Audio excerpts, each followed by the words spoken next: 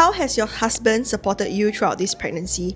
Honestly, I couldn't have asked for a more supportive husband because he's basically taken over almost all of the housework. I barely lift a finger at home, and he drives me around whenever possible, whenever he has the time. And he comes with me to almost every single consultation, scan, test, and all that as long as he can make it. And also, he's paid for all of my pregnancy related expenses, all my gynae visits, all my supplements, my clothes, my replacement wedding rings because my fingers are kind of bigger now because they are swollen. He's supportive like physically and mentally, but also financially, so I'm very thankful for that. He's also been very patient with a lot of my symptoms, like my smell aversions. He totally stopped wearing cologne because of the scent that made me nauseous previously in the first trimester. There are certain foods that he doesn't cook at home anymore because the smell made me feel sick. And also, he always notices what I need before I even need to ask. So sometimes, like when the weather is very hot and then he wants me to stay hydrated and have electrolytes and stuff, he will actually walk to the store to go and buy me some coconut water to drink, like fresh coconut water, because coconut water is very refreshing, hydrating. And also every single night he massages my feet because, you know, my body now, especially my feet, right, they have to handle a heavier body weight. It gets quite sore and fatigued quite easily, so he massages me every single night without me having to ask. Honestly, it's all these little thoughtful gestures that really mean a lot to me.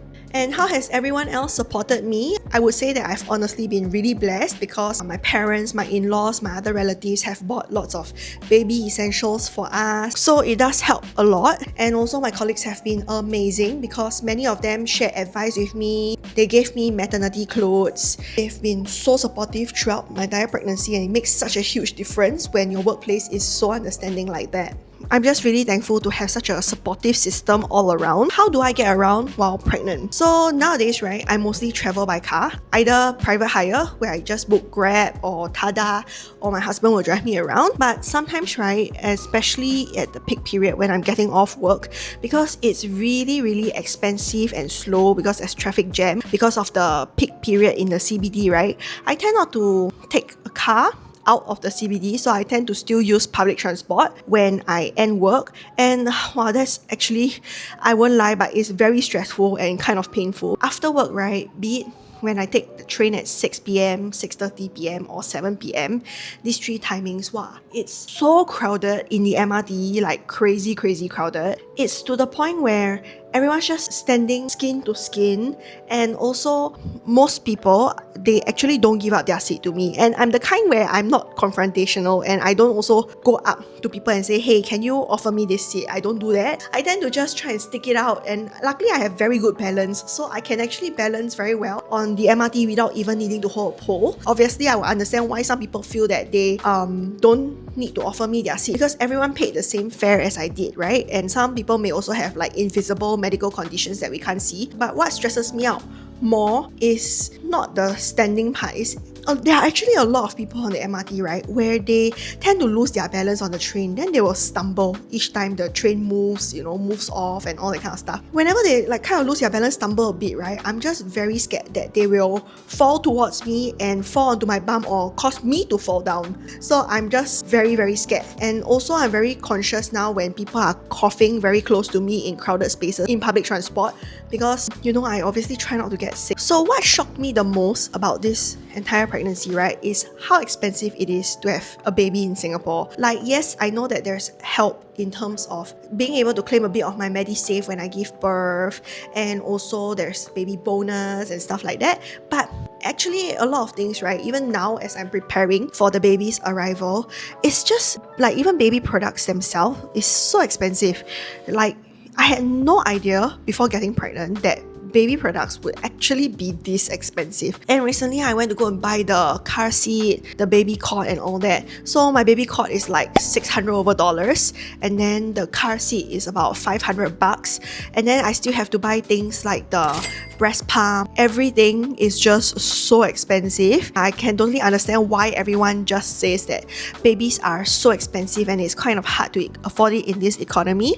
But luckily I'm working, my husband's working, so we can still afford all these baby essentials without asking anyone to help us buy anything or asking anyone for money. Next, the gender reveal. I actually had a gender reveal party and that was really fun, having a baby boy. So he's actually the first grandson as well as the first great-grandson on both my side and my husband's side. Everyone's very excited for his arrival. I always had that gut feeling that, okay, this is going to be a girl, but I was the only one who thought it would be a girl because everyone around me, like my colleagues and then my in-laws, my parents, they all had a feeling just by looking at me that it's going to be a boy, and it turns out that they are right. So I think sometimes some of these old wives' tales, they actually seem to be quite accurate, you know. For example, one of it is they go by the shape of the bum or something. So many of my colleagues, right, just by looking at my bum, then they ask me, are you having a boy? And then I'm like, yes. And then they said they knew from the shape of my bum, which is very interesting, I would say.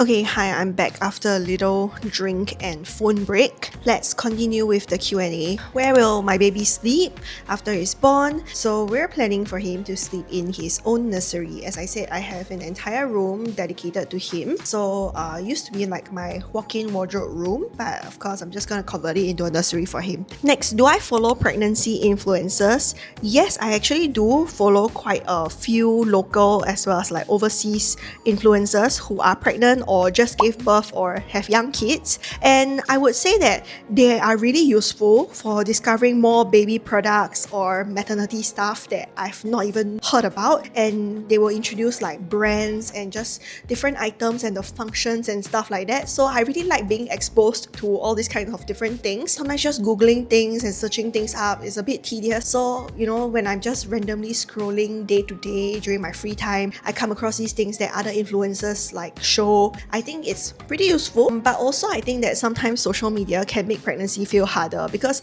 especially during my first trimester, right, it just made me feel more miserable than I already was because it's like I don't have that same kind of privilege like them to also just be lying in bed and resting all day because I still have a full-time job to hold down, like especially when I was just working, trying to function despite also feeling the same way as them. But now I really enjoy their content, but I also remind myself not to compare my own journey with theirs. What am I looking forward to the most after giving birth? It's definitely gonna be eating raw oysters. Like, I've just missed eating raw oysters so much. Sadly, they are actually really high-risk foods, so I don't eat them. And also another thing that I'm really looking forward to after giving birth is to lose the pregnancy weight and then to go shopping for new work clothes again, because I just really love buying nice corporate wear and just clothes in general. I've already been eyeing quite a few pieces from this brand called Cello. Like, I already own one piece from them, but that's like a Chinese New Year dress. But they have so many pieces of workwear. They are so nice, so my style, and I definitely want to buy them once I've given birth and lost the pregnancy weight. The thing is that I've already started adding pieces. Like, I've already been adding it into cart, and now the cart has like $400 over worth of clothes. After that, I will just go and cart out and buy those clothes and wear them to work. I'm so excited.